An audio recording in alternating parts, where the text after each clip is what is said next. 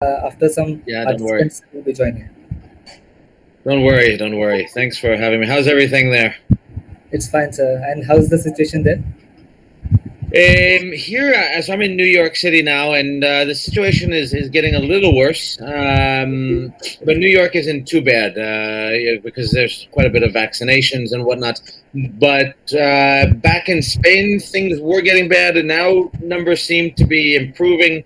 I don't know. It's from day to day, the situation changes. But yeah. Anyway, things are okay. Things are okay in general. Knock on wood. And how about the universities? Whether they have opened functioning and or is it online? Yeah, so the universities, we are fully open, but on hybrid models. So half the students will come in, and then half will be at home, and then each week they switch. And it's what we did last year, and by and large, it functions reasonably well. I mean, it's better than having everyone at home. But it's not easy, with the cameras and this and that. And what about you guys? Are you the same? Yes, sir. Yes, We sir. are also following the same hybrid pattern, and 50% students are coming, so that we are able to balance. And Okay. yes, sir. Yeah, it's a Hoping for crazy. best to improve the situation so that 100% attendance and physical classes can commence actually. Yeah. It is what it is. Little by little, hopefully, we'll sort of pull out of this. But what can we do? Hopefully, everyone gets vaccinated, and it becomes nothing more than a common flu. But what about vaccinations? How are they going in India? I think almost like people were taking, so it is like good, going in good flow, sir. Okay, that's quite good. Yes. Here in the United States, it's very divided. So we have, states that are more Democrat, which tend to have higher rates of vaccinations, and then other parts tend to be associated with Donald Trump and Republicans that tend to have much lower rates of vaccination. And then there's a huge difference, and in states like Florida. Well, the southern states in general, I mean, it's really bad. I mean, numbers are out of control. But True, here in New sir. York, True. but yeah, here in New York, things are overall pretty good. The vaccination rates are quite high. So anyway, Yes, sir. we'll see. Uh, We'll see. yes, sir. So, good evening to all who have joined the session from India, and good morning to respected Dr. Adam Dubin, who is an assistant professor of law at Comillas Pontifical University, Spain, and he will be talking about today on the topic of pop culture and human rights, rap music, Eurovision, and some Indian cinema. A very interesting topic, and. But before Sir takes over the session, I'd like to hand over the session to Dr. Rekha Kumari Singh for introducing today's speaker to our participants. Thank you so much, Mr. Gururaj. You rightly said the topic is so fascinated that everyone is so interested to hear our today's guest and speaker for today's session, Professor Dr. Adam and Dubin. As he is an assistant professor of law at Universidad Comillas in Madrid, Spain, where he teaches subject related to human rights development and sub-Saharan Africa. He is also the director and LLM program in International European Business Law at this university, and as an adjunct professor of development studies and comparative U.S. and European human rights at New York University. Apart from that, Dr. Adam holds a bachelor degree in literature and political science from the University of Vermont, USA, and master degree in the development policy from the University of that is in England, and Juris Doctorate from Pace University, New York. A PhD law from that is in again the Spain, Madrid, Spain, and is currently studying for LLD in African child rights at the University of Western Cape, South Africa. Dr. Adam has served a visiting professor of comparative human rights law at nearby University, National University of West Bengal, Kolkata, where he was an Indian government scholar, and the university that is of France, the University of International Business and Economics, and Chinese University of Politics and Law. So sir is actually posing a lot of like research position in human rights, and if we have to share that he recently published with Routledge an edited book, An Access on Justice, Poverty and Gender in Sub-Saharan Africa. This is the first book, in fact, published by a major publisher to focus especially on access to justice in the region, and it is really a great contribution on the part of Dr. Adam, that he apart from that he has also mentioned and highlighted number of various chapter articles papers on human rights, and he also undertaken human rights related research paper in relation to protection of women and children in the countries such as India, Kenya, Uganda, and much more. And recently, Dr. Adam was working with the Angloman Ministry of Justice, that is supported by UNICEF, to train prosecutors and judges on the implementation of UN Convention on the Rights of Child. And prior to coming to Spain, Sir has entering as academia. Adam Sir has legal fellow in the United Nations in Colombia and also worked for human rights law, and apart from that network in New Delhi, India, where he assisted in litigation concerning child trafficking and other human rights violation. And apart from that, sir has also contributed currently researching on maternal health rights and public budgeting in Uganda, and as a guest editor of a South African journal special edition on access to justice and poverty. He is also editing a book soon to be publishing by that is various contests and human rights, which is related to his scholarly interest in the interaction between pop culture, human rights, and sir has taught in course this title from slavery to Black Lives, that is matter, race in America through jurisprudence and the music of struggle. So I think lot of contribution, lot of efforts, and lot of research work which sir has pursued. So we are really, sir, proud to have you, and looking forward to hear from you the with your experience and expertise knowledge, sir. So we welcome you, sir, on behalf of Anand Law College, Anand College of Legal Studies. It is really a great matter and honor for us to have you, sir. So session is yours, sir. Over to you, sir.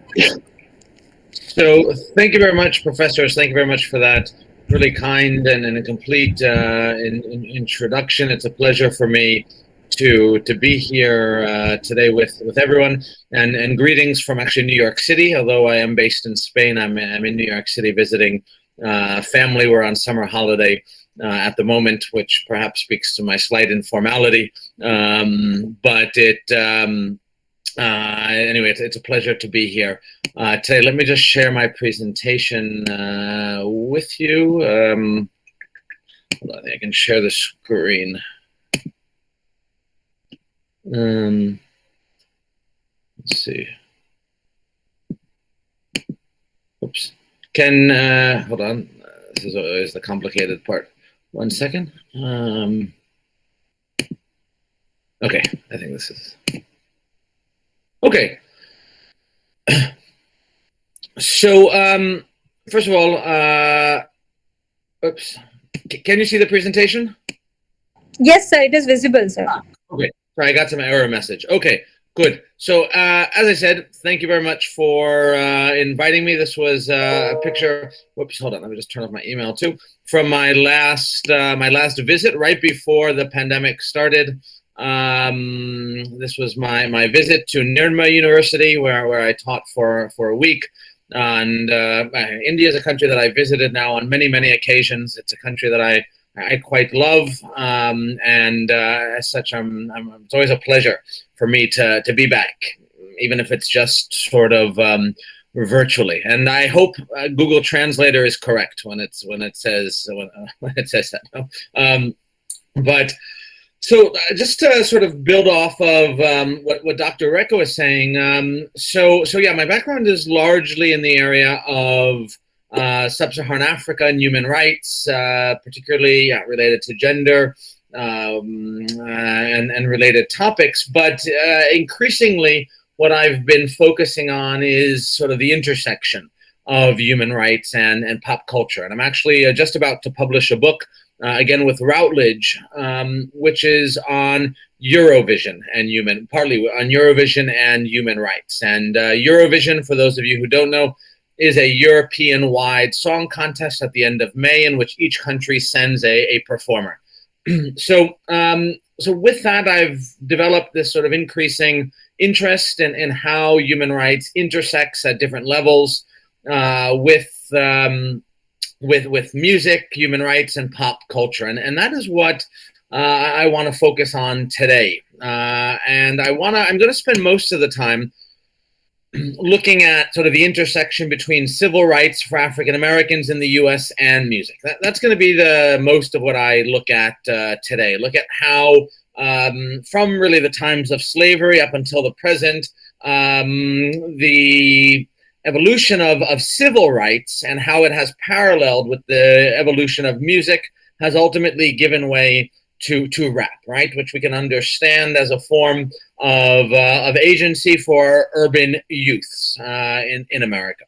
After that, and this is where I'll kind of wind down, I'll just talk about it a little bit. I'll look at Eurovision and mega events and what we can learn from these experiences. And then I'll end with Bollywood, Netflix, and the growing contribution to human rights. Although better than Bollywood, I'll say Indian cinema, I should really say. And I'll just touch on that very briefly. It's sort of a future project that I want to work on. I'm a big fan of Indian cinema. I've watched a tremendous amount. And so I am interested, although I don't have the ideas fully matured yet, about this intersection with Indian cinema, Bollywood, and human rights. So let's begin. So what we know, and I have a lot of slides to get through, so I'm not going to go through it in detail, but what we know, and I'm sure you all know, right, is in the United States, starting from 1619 up until the present, African Americans have faced, apart from crimes against humanity, genocide, have faced immense discrimination and continue to do so, although not as institutionalized as what we saw before. And even after the period of slavery, which ended in the 1860s, we have what are called the Jim Crow era laws, named after a minstrel character, white people who dressed up as African Americans, as blacks, and kind of danced in silly and stupid ways to entertain whites. What we know is that these laws, these Jim Crow laws, were institutionalized racism that started at the end of slavery and continued up until the mid-1960s, so over a period of 100 years. All of this has given way to socioeconomic indicators for African Americans that are extremely low compared to their white counterparts. And what's interesting, we should point out, is that many people in the United States don't even recognize that racism is still very much around, despite the fact that it has persisted now for over 400 years. We can see that it's very much linked to whether you are a Democrat or a Republican. And you can see that it also links to whether or not you are black or white, the extent to which we view racism as a big problem or not. Now, how that has translated is in many ways ignoring, I think, the plight of African Americans in the United States. We can see that African American poverty is double what it is for whites. We can see that in nearly every socioeconomic indicator, ranging from unemployment to medium household income to life expectancy. African Americans are worse off. Now, we can certainly say they are better off, but they continue to be worse off. Household wealth being another example. And COVID being another example. We saw significantly more COVID deaths in African American communities than we did in white communities in the United States. Criminal justice is another example. We can see that although African Americans only make up 13% of the population, nevertheless, they represent 40% of those who are in prison, and that is not by any means it's not a coincidence. What we see here, for example, is in the 1970s, for instance, racial discrimination and criminal justice began to shoot up exponentially with new laws that specifically criminalized certain types of drugs that were found in African American communities.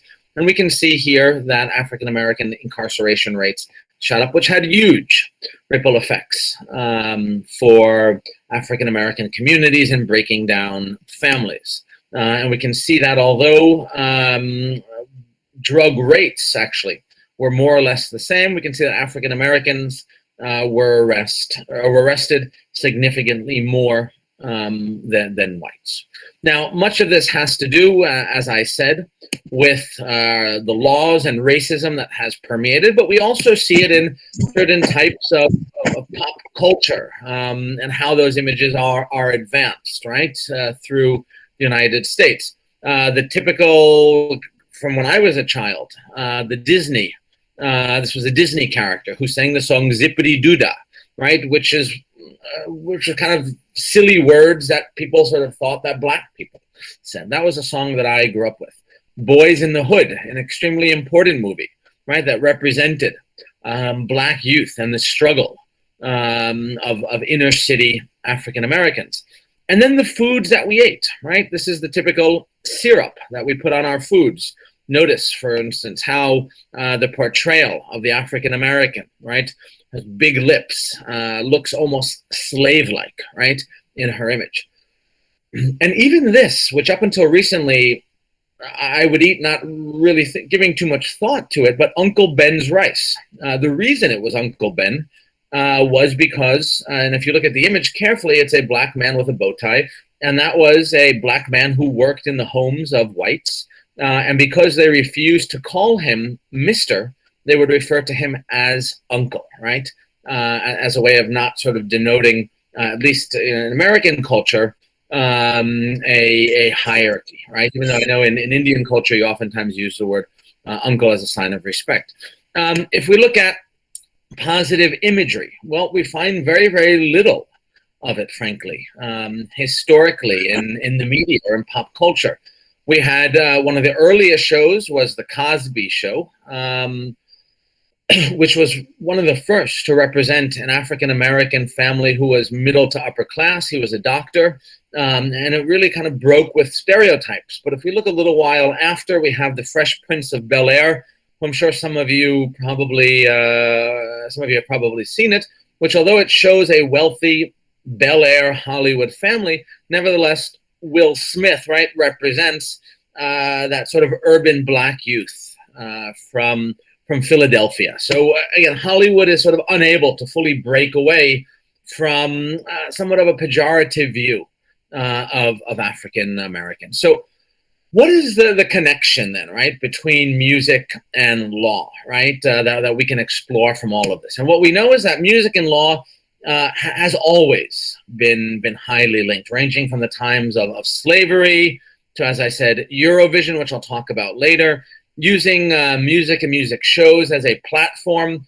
right? In Chile, they torture and they rape to aligning yourself, right, with Bernie Sanders, for example. In Spain, a group at the end of Franco, right, singing about liberty, and We Shall Overcome, right, the emblematic song of the civil rights movement. But interestingly, just to point out, music is oftentimes found in the law, just as an interesting aside. And the most cited singer in legal opinions by the U.S. Supreme Court is Bob Dylan.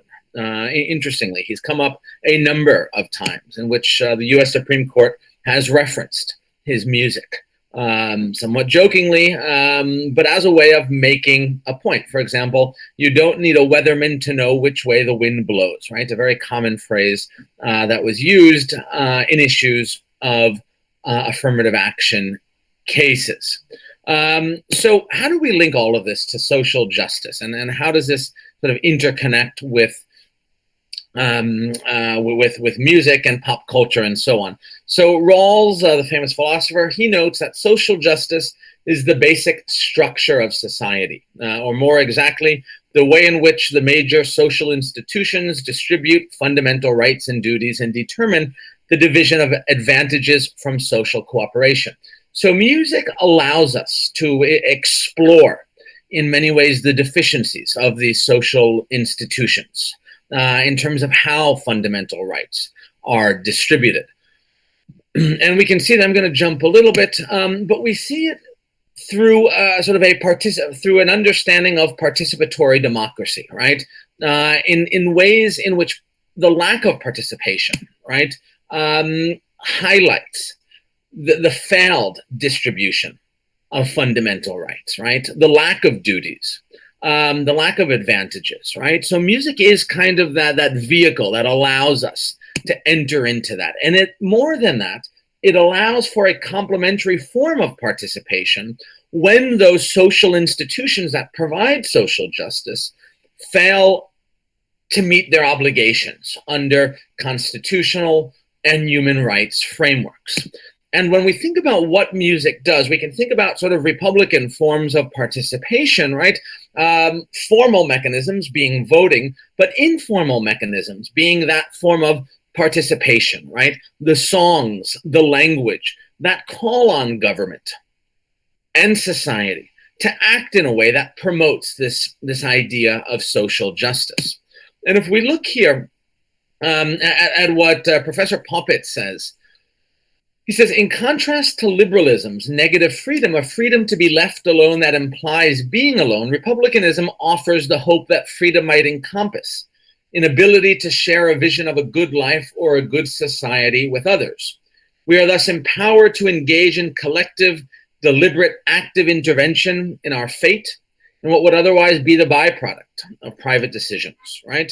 And if we look down here, it says, to make possible the civic virtue, republicanism rejects liberalism's procedural vision of justice, which tolerates widespread disparities. So this idea of republicanism, of informal types of participation, kind of interlinks with this idea of social justice and compensates for where liberalism or these ideas fail to achieve that equality. Well, music and these informal types of participation allow for agency, right? Allow for greater participation.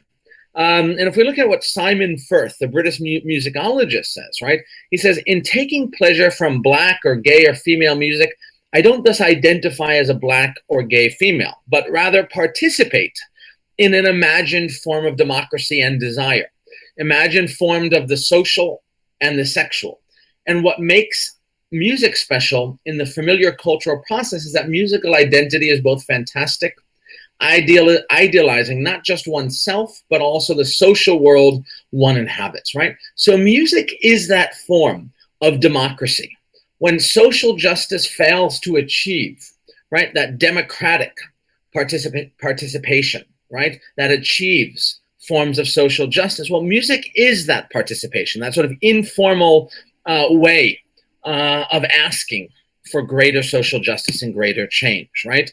We also, it permits something that's important that I'll come back to, metaphoring, right? Metaphoring through music, where oftentimes African Americans have to use sort of an informal way of seeking social justice, of seeking participation when the majority, right, much of America has rejected African American participation. It is music that allows them to drive in subtle ideas of change that are so essential to social democracy. So where did American Black music start? I think is an important starting point, right? Before we sort of see its evolution. And look at what one individual says. She says, although we were denied the expression of our native languages, right, being the creative people we are, we not only developed our own approach to the master's tongue, but we went one better. We created a nonverbal language which we express worldly concerns as well as our spiritual aspirations. The language we created is the music. More than any other form of communication, the music expressed at our deepest levels the reality of our existence. So we can begin to trace back this music to the early 1800s, and that is to gospel music, right? In gospel music, right, it comes out of what we call this idea of the Negro spiritual, which comes from Africa. It began more within the cabins of slave plantations, right? And it was about creating community. It was about hope. Moving people to what's referred to as a feeling of ecstasy, right? Allowing people to transcend the situation in which they found themselves in, and pretending that they were part of a community. Because if we look, for example, in 1855, the National Colored Convention, right, in which African Americans asked for recognition, the preamble says, by birth, we are American citizens. By the meaning of the U.S. Constitution, we are American citizens. By the principles of the Declaration of Independence, we are citizens. By the meaning of the U.S. Constitution, we are citizens. But what we know in reality is that blacks were not citizens. Dred Scott, 1856, a case as to whether or not, indirectly, African Americans have a right to bring a case to federal court, and the court specifically say, no, that African Americans are not citizens in the Constitution. So gospel music allows that feeling of community when people did not form that community, right?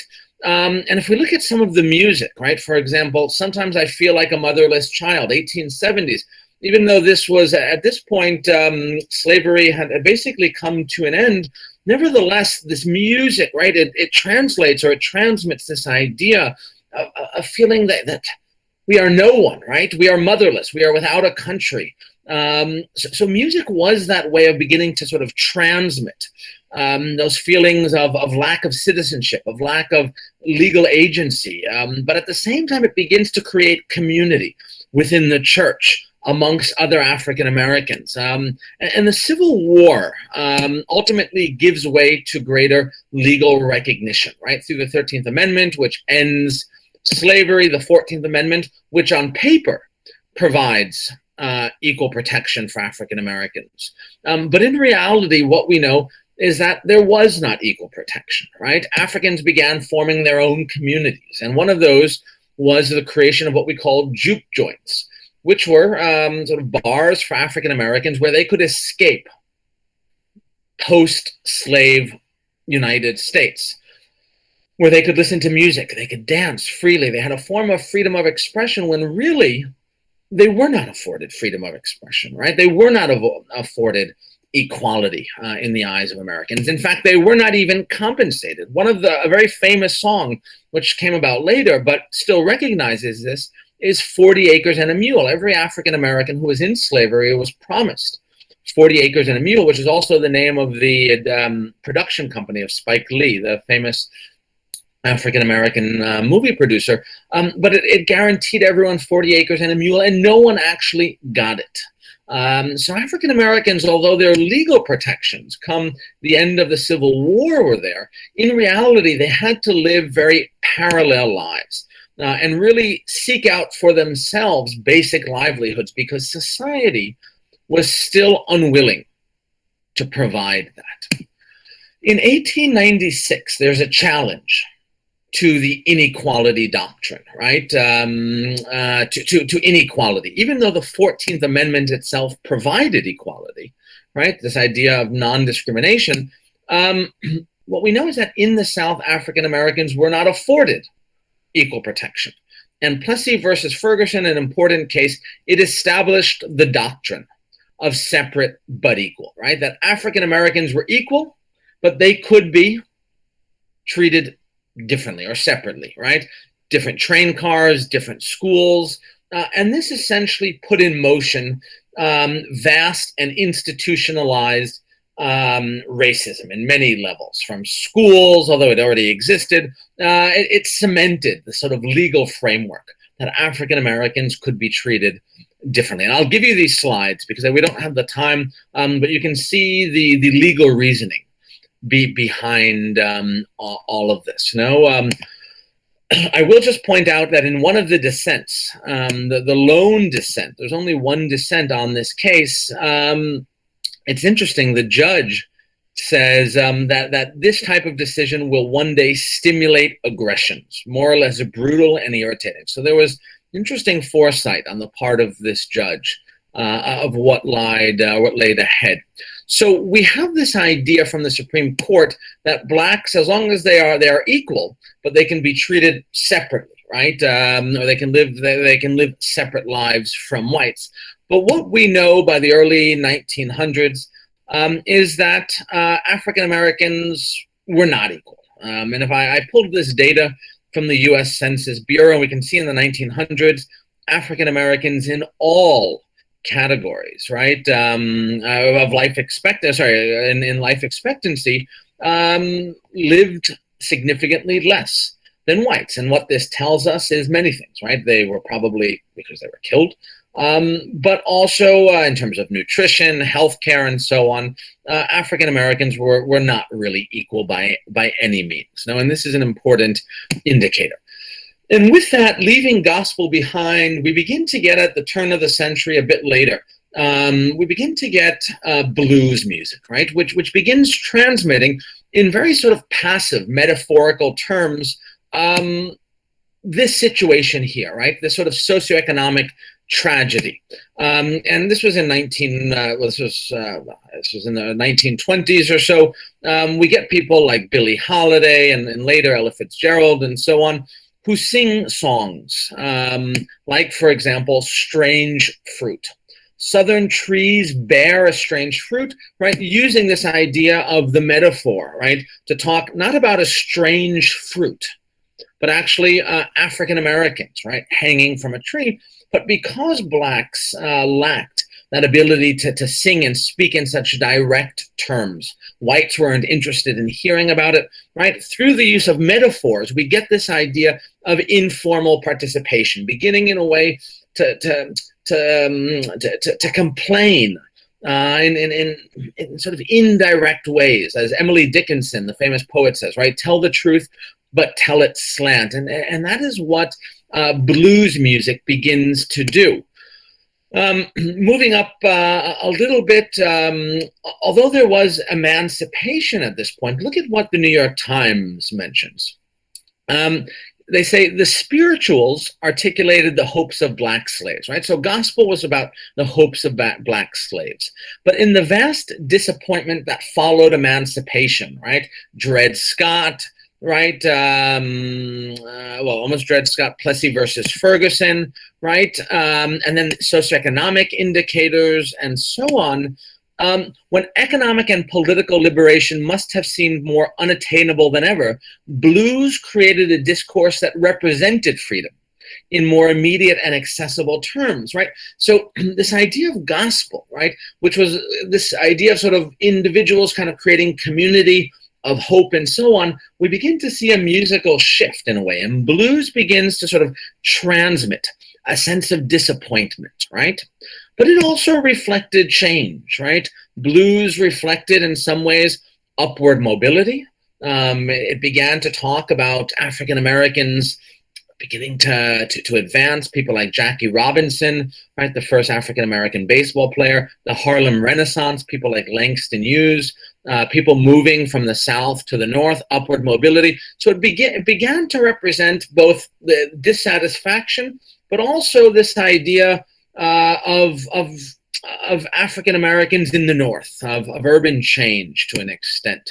It also talked about sexual liberation. So blues was a way of transmitting for African Americans an indirect form of sexual liberation at a time when people didn't want to hear about black women and sexuality, right? It was an extremely taboo topic, even when white sexuality was beginning to make its way into Hollywood.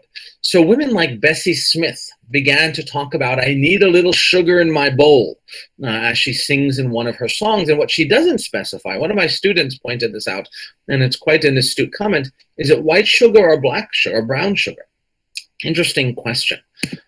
So Bessie Smith and blues began to talk about those changes, about the sorrow, the difficulties, but also about this idea of change, sexual liberation that African Americans were beginning to experience. We then begin to shift into jazz, right? And jazz in many ways reflects integration and increased mobility, right? Blacks and whites playing together in a band together, right? And it begins to, in some ways, represent a greater optimism in that music. We begin to see some change happening from a juridical level, right? In 1948, Eisenhower ended discrimination in the military, although what we know is that at the same time, African Americans were still being banned from same schools, from lunch counters. So we begin to see sort of music representing some new advance towards integration on certain levels. But at the same time, what we know is that African Americans continued to face intense discrimination, right? And although they had legal citizenship, right, in the sense that now African Americans, per the Constitution, were recognized as citizens, what we know is that in reality, right, there was a lot of window dressing. And although jazz represents, in a way, within the musical sphere, a certain symbolic form of equality, right, of blacks and whites playing together, nevertheless, in reality, this didn't play out. We finally, through the 1950s and 60s, get the civil rights movement, in which two things happen. One is we see African American leaders begin to sort of retake gospel sounds. There's a reuse of freedom songs, right? We Shall Overcome, American Grace, right? Which begins to reuse that music. And as Martin Luther King explained in 1964 in a book, he says, we sing the freedom songs today for the same reason that slaves sang them, because we too are in bondage, and the songs add hope to our determination. So we begin to see two musical changes happening. We begin to see the civil rights movement talking in sort of bondage terms, again, speaking in a way in more direct terminology, right? Whereas blues and jazz, right, use metaphors, or even sort of images of integration and equality. The civil rights movement kind of goes in reverse, and it begins to sort of create this interlinkage with slavery and bondage again. At the same time, we have a parallel movement that's going on, and that is Motown, which you've probably heard of, the Temptations and so on.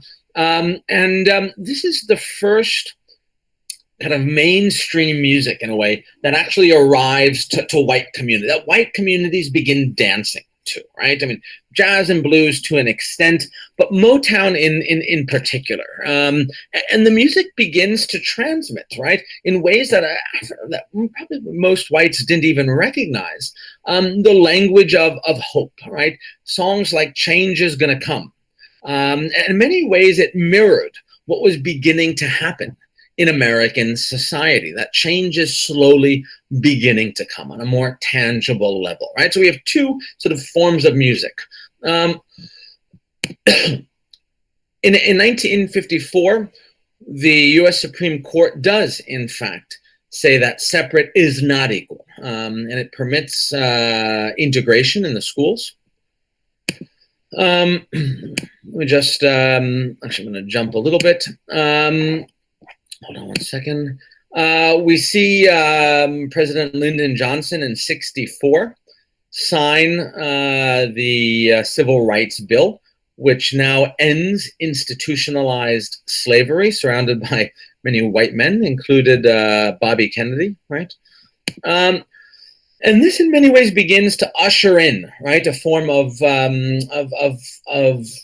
greater equality. And it begins even to raise the specter of affirmative action. And in fact, look at this quote by Lyndon Johnson. He says, "Freedom is not enough. You do not take a person who for years has been hobbled by chains and liberate him. Bring him to the starting line of a race and then say, here, you're free to compete with all the others and still believe you have been completely fair." So in a way, it kind of represents this, what many people had hoped was change, right? Was that change is really going to come.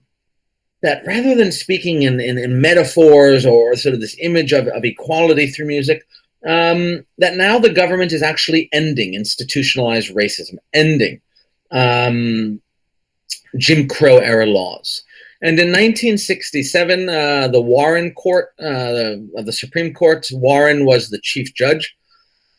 They strike down Loving versus Virginia, which says that blacks and whites could not, in certain states, marry or have sexual relations or cohabit. It strikes that down. And that was really one of the last major laws of the South, which segregated.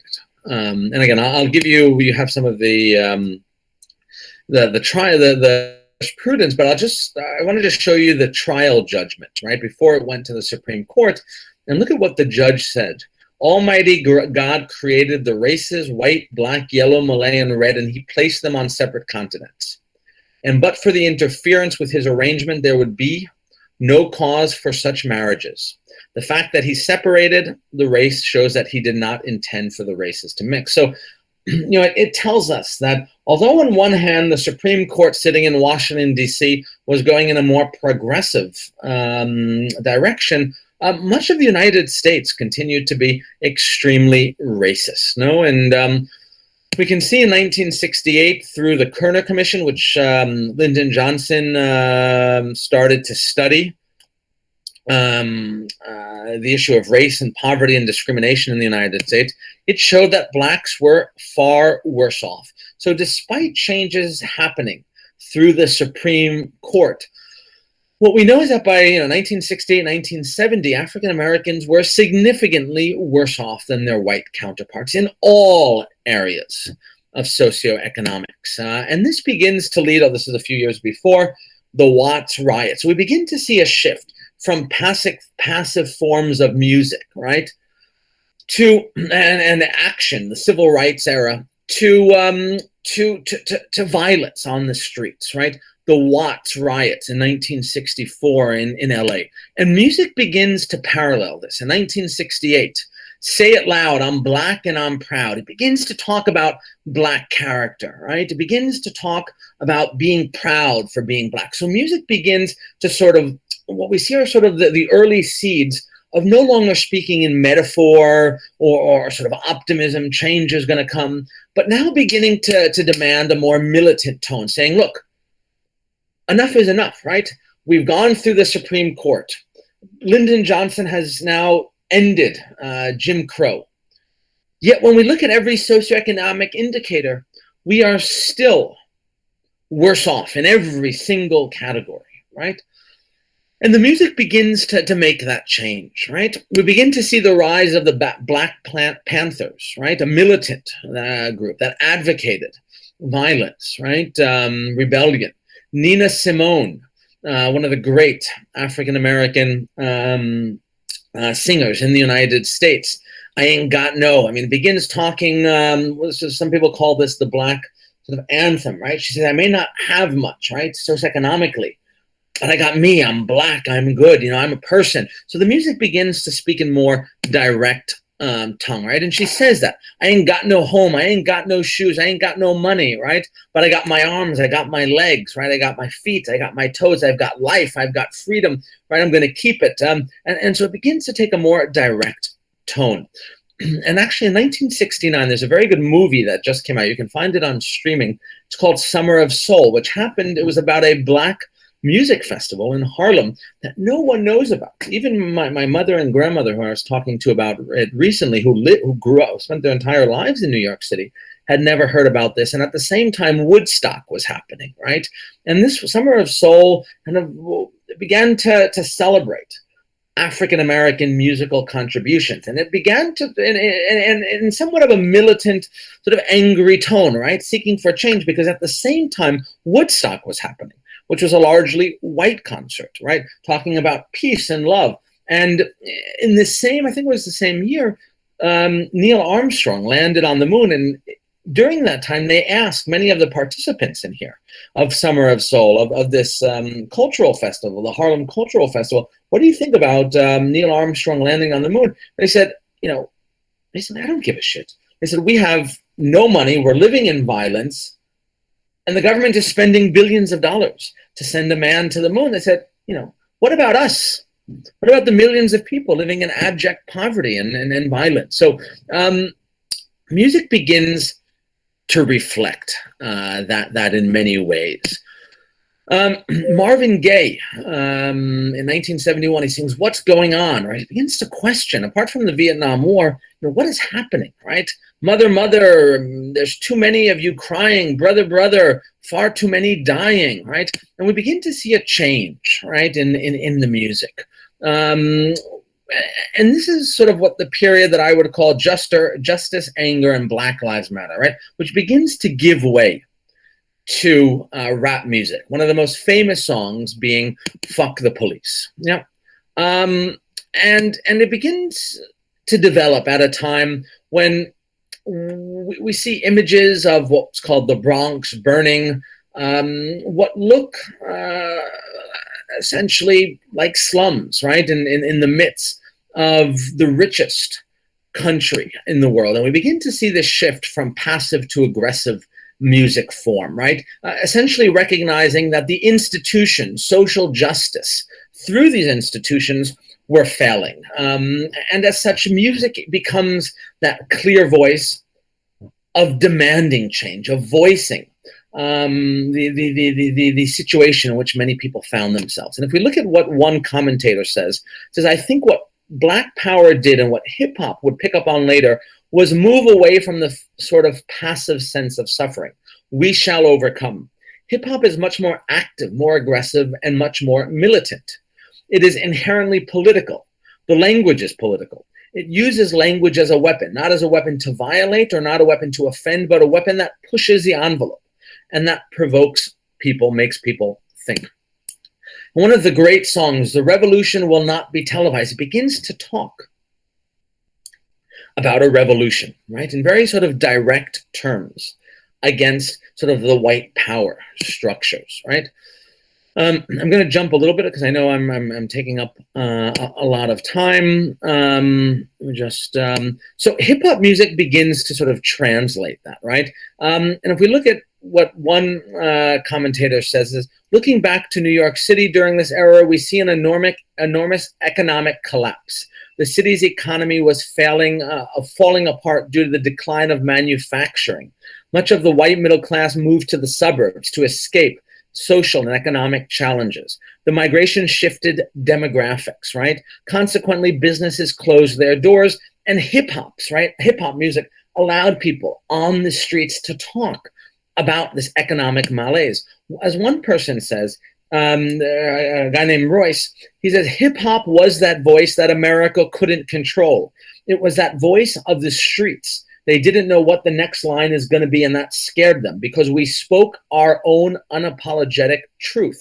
We spoke about environments that were overlooked, that didn't have a voice, that didn't have a say, that didn't have pretty much anything. So again, it began to transmit that feeling. So again, we shift from gospel, optimism, right, to blues, metaphors, to jazz, equality, hope, optimism, to Motown, again, a sense of change, to hip hop, which essentially communicates that sense of despair.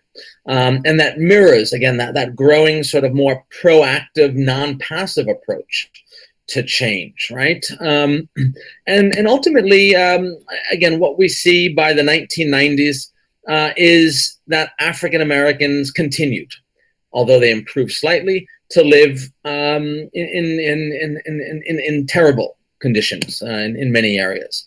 And rap begins to take a more violent art form, right?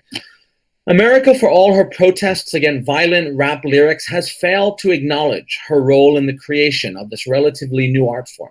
Evidence of America's preoccupation with violent activity is pervasive and can be found, for example, in virtually all of the entertainment industry. So the United States, right, particularly in the white communities, they were calling out against rap music, right? They were saying, rap is preaching violence. But what this says is that no, rap was not preaching violence in sort of a general sense, right? It was the fact that America failed to understand that rap was that form of informal participation, right? It was a form of cultural participation, of calling for change, of expressing anger, when what we can see is that the institutions themselves were not heeding the call, right? It was a form of rebellion, a form of revolution, in a way. And if we look here, rap music, however, is not in and of itself a genre created solely for profit. Deprivation and unequal opportunity nurtured the hopelessness, distrust, and early death depicted in Tupac Shakur's lyrics. America's urban centers in general and low-income minority communities in particular are replete with poverty, police brutality, drug abuse, educational inequality, high dropout rates, and violence, right? So that was what rap music, it was an evolution in many ways of an attempt by the African American community to seek forms of participation in more passive, optimistic terms, and ultimately did not advance African American rights. And it was sort of, rap music was sort of a necessary outcome when, although at the institutional level, African Americans were understood as equals, but in reality, in terms of how it played out, African Americans were far and are far from equal, right, in the eyes of many. And songs such as Fuck the Police, right, one of the most emblematic songs in the 1980s, right, again, it's not just a song of, hating police, but it's a song of hierarchy, of white police preying on African Americans. Does someone want to say something? No? Okay. And we can see through the 2000s, right, an attempt to create affirmative action programs in the 2000s. But even there, if we look at it, right, the courts were pretty split, 5-4, although affirmative action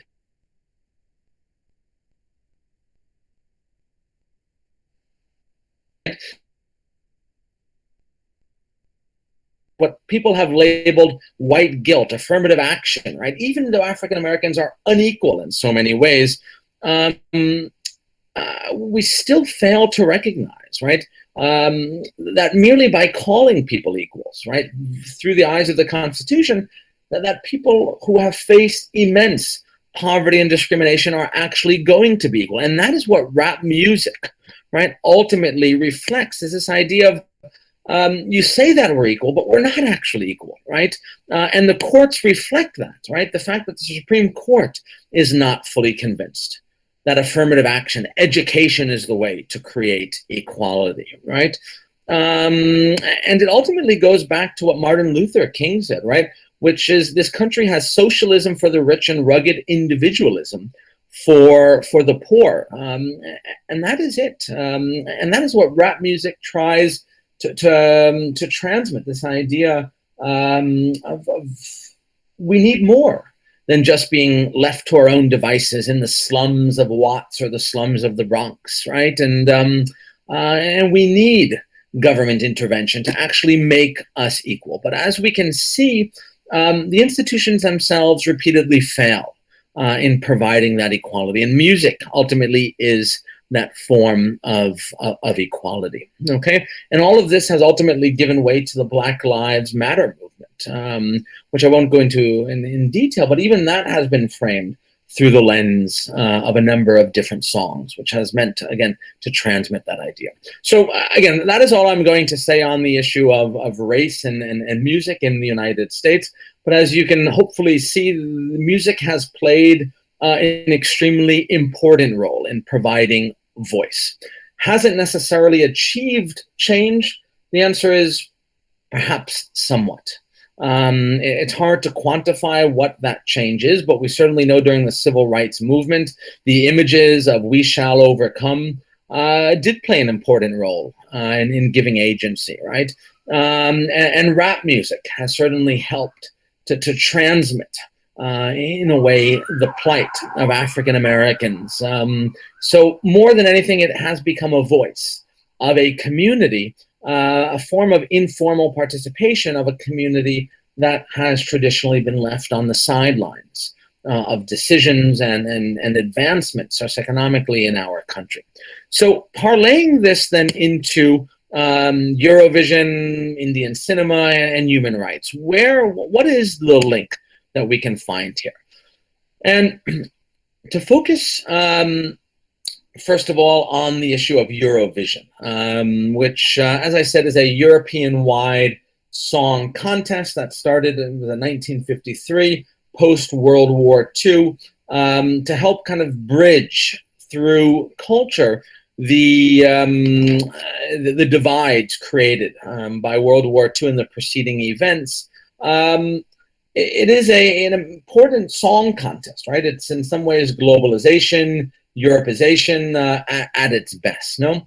But one of the things that we can associate with Eurovision is the building of stadiums, and we can think about it, for example, in the lens of human rights, right? And that is same thing that we saw, for example, when I lived in India in the Commonwealth Games, in China, in relationship to the Olympics, is that oftentimes mega events, right, lead to human rights violations. So that is the first thing, right? That when we look at and we celebrate things like the Commonwealth Games, the Olympics, Eurovision, and so on, we can't remove it from the corresponding human rights violations that oftentimes happen as a result. And although we oftentimes talk about the socioeconomic benefits of these large-scale sporting events, except, for example, in Tokyo, certainly now, but when we think about those, we oftentimes sort of ignore the human rights violations that occur as a result. From in Azerbaijan, where the 2015 Eurovision was held, journalists who were silenced, thousands of people in housing that were evicted. If we look at a number of different ways in which there is this intersection, we can see, for example, the song 1944 by Jamala. She talked about the forced deportations of the Tatars in the Soviets under Stalin. Azerbaijan, as I said, people were evicted from their homes. Even in Spain, the dictator Franco in the 1970s refused to send Maciel to Eurovision because she sang in Catalan instead of Spanish, right? And they ended up sending Serrat. The European Broadcasting Union, for example, which I'll talk about in a moment, has gotten involved, right? That is sort of the host, what produces the Eurovision, has gotten involved on a number of levels with human rights, right? Calling out against violations in Azerbaijan, for instance. So again, we can't sort of disconnect mega events like Eurovision from human rights violations, right? So the question I think that makes it so interesting is, in what ways can human rights be improved? We know that human rights violations happen, but to what extent can they be improved? And that is where I am in this book that I'm writing. I sort of deal with that question to an extent. And one of the ways happened this year, which was, or not improved, but in some ways impacted perhaps. And this year, for example, the Eurovision rejected the songs by Belarus, which they said had a certain political lens to them, if you read between the lines. And that, in a way, was sort of an indirect manner of contributing to the Belarus opposition protests, right? So oftentimes by rejecting, or in some cases sanctioning, the European Broadcasting Union, right, which, as I said, produces, can sanction countries for human rights violations or for not permitting free and fair media. Those are kind of indirect ways of contributing to human rights advancements, right? So through, and this was from the EBU president, she said, well-functioning public service media can be decisive in the protection of human rights, particularly freedom of expression, right? So we sometimes, I think, have to look not at the United Nations only or the European Court of Human Rights to advance human rights. But when we talk about events such as these, we also have to look at non-state actors, right? How can Eurovision, how can the Commonwealth Games, how can the Olympics, in some ways, directly or indirectly, pressure states to advance a human rights agenda? And what I argue in this book is that actually these actors can oftentimes contribute more than what the United Nations can contribute. In fact, through when these Eurovision contests happened, the United Nations actually called on Azerbaijan and a number of other countries to end human rights violations in relationship to Eurovision. But that ultimately fell on deaf ears. But what I find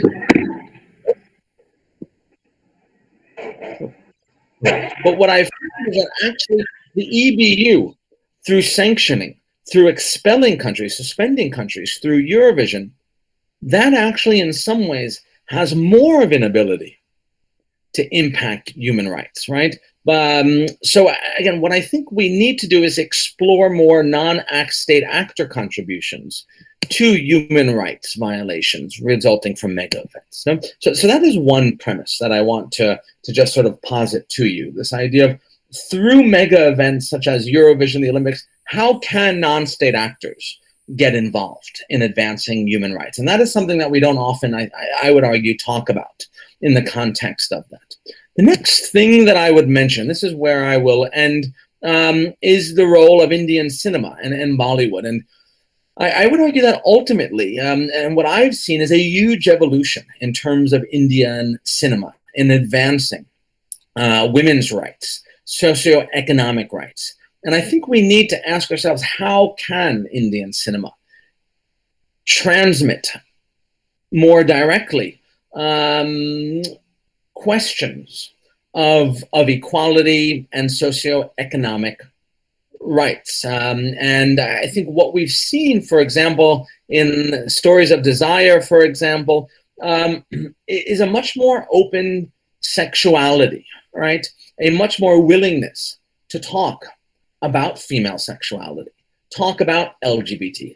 Pink, right, which was on, I think it was Netflix fairly recently, right? It puts on trial Indian society and how it treats women, right? Although the trial is actually these three women who are accused of attempted murder, it's really a trial of India in a way, right? And societal norms. And through Netflix, right, through Amazon Prime, it has permitted the transmission of movies which the Indian censor probably would not permit. So in many ways, Netflix and these mediums have done a tremendous job of beginning to transmit messages through Indian cinema that traditional Indian cinema has done in a much more indirect way. So I think, again, building off of what I said before, I think we need to ask ourselves, how can we further engage Indian cinema and Bollywood to transmit, particularly to rural areas? And this is true of any cinema, whether we talk about Nollywood in Nigeria, but how can we use it to begin transmitting messages more directly as a way of advancing culture? Because when we talk about human rights, we often talk about it from this very sort of juridical lens, right? The Constitution, laws, and so on, which in many countries reflect equality. But the hardest challenge, and if we think about the Convention on the Elimination of Discrimination Against Women, CEDAW, the 1979 Human Rights Document, it talks about eliminating indirect discrimination. And that is something that the law on its own struggles to achieve. So through cinema, that is where I believe we can make this change. And I do think, to an extent, if we look long-term at what Bollywood and Indian cinema is doing, I do believe that in areas that are more traditional, we can begin to achieve that change. And I'll leave you with this video here, which was in 2014, and it was kind of left there after this. But it's Bollywood and human rights related to the LGBT community. And this was the United Nations teamed up with Bollywood to create a pro-LGBT rights video. And let me put this on and share it with you. And then I will end here. 1 second. Hold on 1 second. Give me 1 second.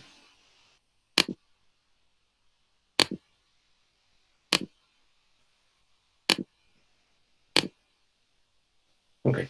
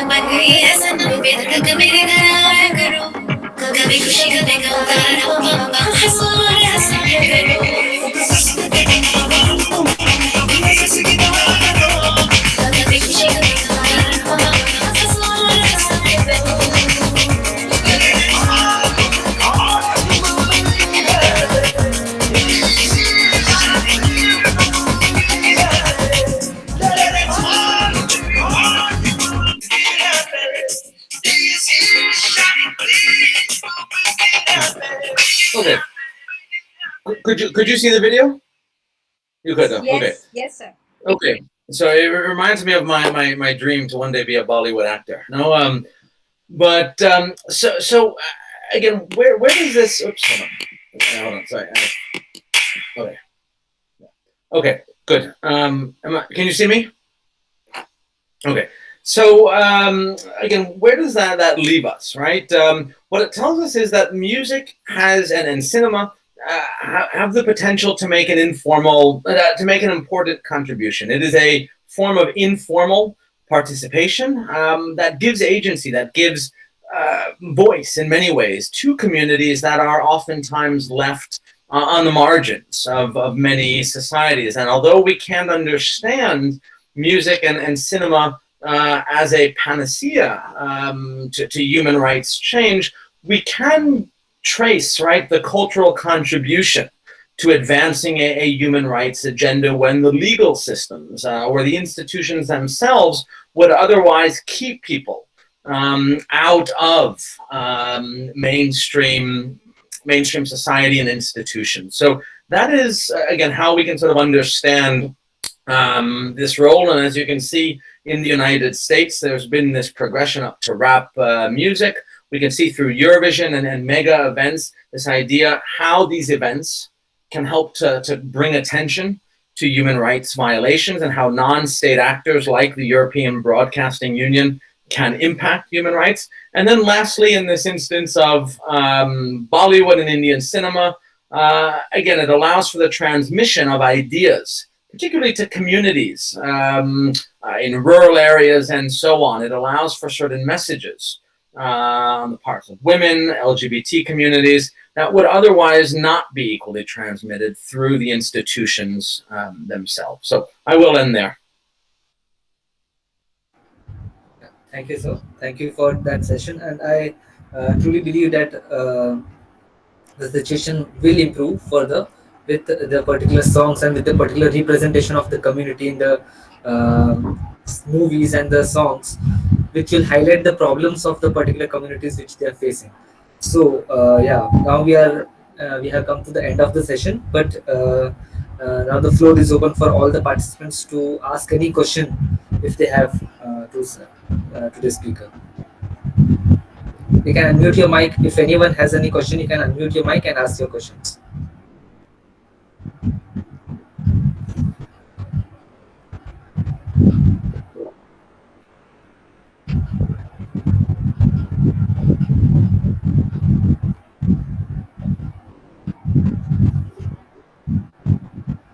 Yes, does any participant have any question?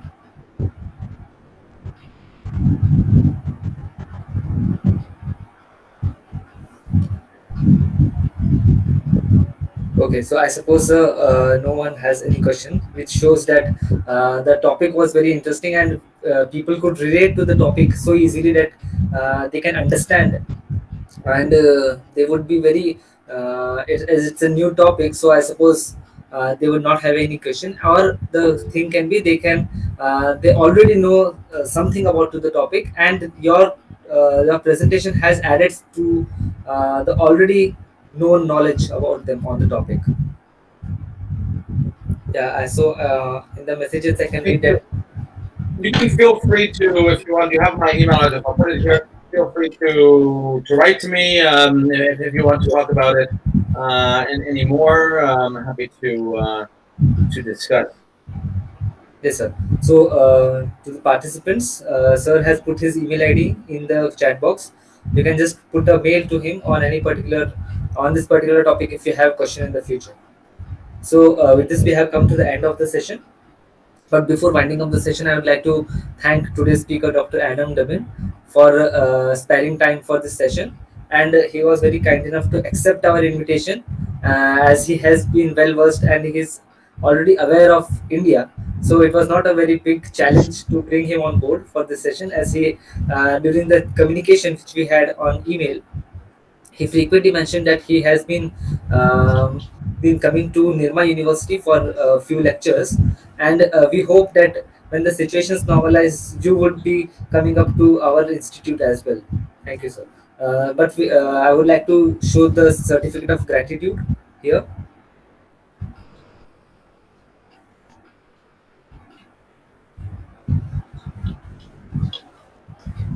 Certificate of gratitude to today's speaker, Dr. Adam Dubin.